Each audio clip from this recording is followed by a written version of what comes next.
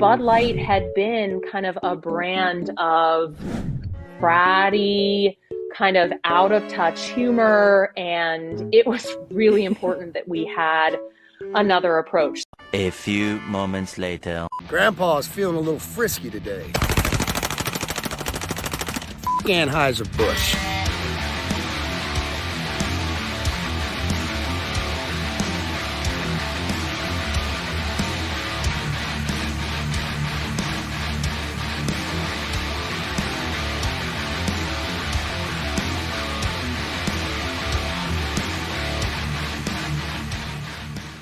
What's going on, everyone? Jeremy here from The Quartering. I hope you're having an absolutely wonderful day. If you are, make sure to leave a like on this video. I've got more good news about the Bud Light drama, but also, if you're enjoying my coverage, please do click that subscribe button down below. It helps a ton. It helps new people find the channel, and I really, really enjoy chatting with all of you in the comment section down below. Now, this morning, we talked a little bit about essentially a massive drop in sales from Bud Light because, well, they hate their customers.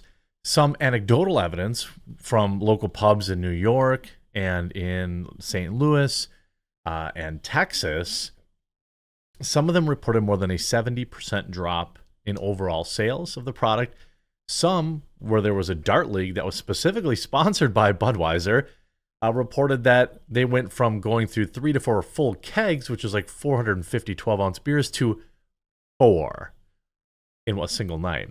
The boycott is real. You are winning. You are winning by getting involved, leaving a like on videos that are covering it, subscribing, all that kind of good stuff, and spreading the word out IRL. I've talked about, of course, my interactions with people IRL. This thing has gotten so much bigger than just an internet meme. A lot of times there's a lot of hullabaloo around internet stuff, but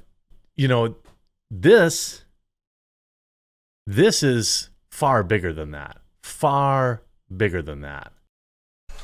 And it's going to get bigger. The left-wing media cope is in full effect. We're going to look at some of that, and also some of the reactions from the VP of Budweiser, or Bud Light, which is now in hiding. Some people think she was fired. We're going to take a look at that. Look, part of these companies, they get too big for their britches. They forget who their literal Joe Sixpack or Jane Sixpack, the people that grew these places in the first place. I forget all about that, and they chase these woke ESG scores and all these other type of things. Well, this time they went too far. But a company, by the way, that's a core tenet of my company, Coffee Brand Coffee. If you haven't yet, I'm sure you've heard me talk about it over the past few days. I'm really hoping you'll give us a try today. And we just rolled out strawberries and cream, which is ridiculously good. I like it even better than our #1 bestseller. And if you don't like flavored coffee, obviously we have we have our premium coffee. Our blueberry cobbler is one of our best sellers, but now if you go way down on page 2, I've got to get them moved around better. You can see our brand new cold brews, which are selling like crazy. They come in a pre-measured bag. You just put it in a thing, let it sit in the fridge overnight. And then today we rolled out strawberries and cream. Promo code The Quartering. You're going to love the strawberries and cream if you like flavored stuff. Otherwise, we have non-flavored. I know it's not a replacement for beer, but hey, you got to drink something that's not beer once in a while, right? Well, maybe not necessarily, but check us out. We love our customers. We'll never get political. And we're based right here in the United States. A lot of the hullabaloo started with Alyssa Gordon Heinerscheid, hyphenated last name, of course.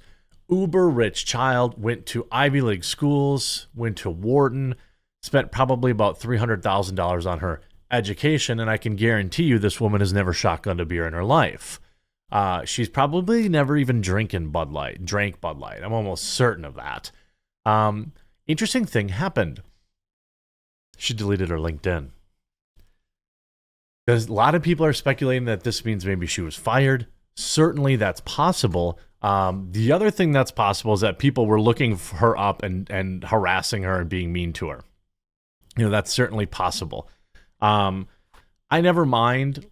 If you look at a lot of these old comments about this individual, people are finding the old posts and just crushing. Like you see this one, this post didn't age well. If we look at most recent, you see keeping the cultural decay element out of it, alienating 95% of your current customer base for the latest hot topic is not a good idea. It also shows a lack of understanding of her very own brand. Let this be a lesson. Rather than accepting the decline of a brand and innovating, she took a risk and likely cratered their loyal business and maybe even her own career. You see a lot of these people like, I wouldn't believe it if I didn't read it myself. Let this play out. And you can see all these people, if you go back 2 months ago, exclusive, I spoke with Bud Light's Alyssa Gordon-Heinerscheid. Remember, this is the VP of marketing, the one that was in charge of this, about their Super Bowl spot, which is a significant tonal shift away from Bud Light's previous bowl work. Because it was, I guess, woke. And you look at the comments here. What do you think? How to destroy a multi-decade solid high-value brand in one simple way. You can see Alyssa joins an elite group. If Gen Zers are as intelligent as she says they are, then they should know that Bud Light is the last thing they should be drinking. Many, many years ago, I tried Bud Light. The first day it came out, and I had to quantify the taste. I'd say it was unfiltered cat water. I mean, look, to me, all these regular everyday drinker beers like Bud Light or Miller Lite, they're interchangeable. I know that a lot of people do prefer one to the other. It's like saying Pepsi and Coke. Yeah, they definitely taste different, and I do have a preference. They do taste different, and I do have a preference. But actually, I like Pepsi in a can and Coke in the McDonald's Coke is my favorite Coke. But it's very easy to kind of just not drink this stuff. So now, after deleting her LinkedIn, you see Ali London posts, since the backlash against Bud Light erupted, the woman behind the decision to feature Dylan has removed her pronouns from her bio and deleted her profile photo. So first, remove the pronouns and the photo, but now earlier today, she's deleted her entire profile. Again, is she probably getting ruthlessly dunked on? Yeah, probably.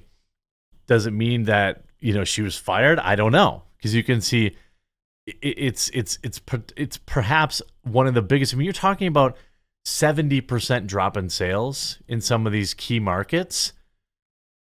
I mean, in your own backyard in St. Louis, you got people coming out and saying, "Nah, we're done with that. I can just go ahead and drink a different beer." And a lot of people have pointed out too, interestingly enough, all of this boycott that's going on, you can't make that up. You're not going to come back in 2 weeks and everyone's going to just drink a bunch of Bud Light to catch up. These are lost sales. You see, the Sports Girl writes, who is Bud Light marketing VP Alyssa Gordon-Heinerscheid, who led Dylan Mulvaney's ad campaign. And but let me just say this too. Obviously, she's an idiot, in my opinion. Makes very terrible marketing decisions from somebody who has a master's degree in marketing. My parents didn't spend $400,000 sending me to Ivy League schools, but I know a thing or two about marketing. Check out coffeebrandcoffee.com. Now, she's the vice president, which means the president also approved this. There are other people involved, most likely, that also approved this. The key is just not drinking Bud Light. But there's more people involved here than just her. There are obviously lots of people that sign off on this. What in particular drew a lot of the heat, I think, was her classification of their customers as essentially throwaway, replaceable frat guys. And that didn't ring very true. I live in a small town. When I go to the pub, here's the people that sit around me. Usually quarry people. There's a lot of quarries where I live. People that work in the quarry, plumbers, carpenters, handymen. That's it. Factory workers. There are no college-educated city slickers in the bar where I live. And I don't live in the country. I live out in the country, but it's not like I live out in, I live in the suburbs, and these are electricians, tradespeople, right? And a lot of them drink Bud Light too. And when somebody asks them in the bar when they're going to get their junk cut off to support Bud Light, they're not going to drink it anymore. And they talked about, all these, see, Bud Light is now saying that they aren't selling any of the cans to the public. They've come out to try and say, hey, well, we just made the can special for Dylan. We're not really actually doing this. Well, they also had the pronouns cans in Canada, which got leaked out, but again, from a older generation, or like a couple of years ago. You see, she promotes there is no gender, but she makes sure and lists herself as the first female to lead the largest beer brand in the industry. Yeah, that's interesting. Maybe she should have added another hyphenated name, Hypocritia, Alyssa Gordon Hypocritia Heinerscheid. Hypocritia, sorry. I mean, this is not going away. And when you start to look at the steam, the damage that's been done here, it's going to be irreversible the longer they wait.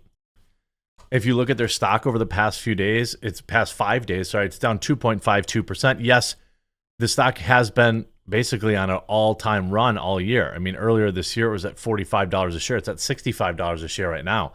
If we look at the 5-day, you obviously had the massive plummet on Thursday when the pushback got huge.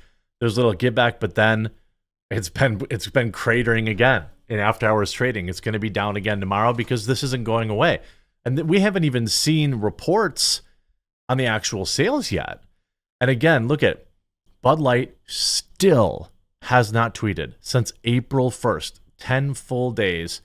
And people are still showing up, right? People are still coming in these comment sections and dunking on them. Like, say, here's one, last one ever. Any suggestions? There's so many. This is your demo now. It's nuts. And I'm saying, like, people can replace Bud Light. This is one of the best get woke, go brokes. But what's weird is the media. You see, right-wing outrage for trans actress Dylan Mulvaney's Bud Light ad backfires. The cope is unbelievable. Like MSNBC, fake news, obviously. All the conservative outrage likely drives more attention and sales towards these so-called woke corporations. That's just not true. I covered in my first video that if you haven't seen it, local reports show sales in 3 different cities down as much as 70%. I didn't see a single one of them was down less than 50%. And also they say likely drives. It doesn't. I don't think people are out there buying Bud Light in 10 cases at a time because of this. MSNBC really wants to gaslight the people who are boycotting this and who are covering it into saying this isn't working, but it is working. The more people you tell, the more times you share these videos, the more jokes, the more memes you make on Facebook, the more damage will be done to Bud Light as a corporation. And that's how you send a message. Don't let the media try and pretend it's not working, because it absolutely is. Make sure to leave a like on this video if you haven't yet. All I can ask is check out coffeebrandcoffee.com. At least check out our reviews. We've got 4,200 reviews with an average review score of 4.8. We are completely apolitical. We don't tweet any woke trash. We just sell delicious, fresh roasted on demand, whole bean and ground coffee.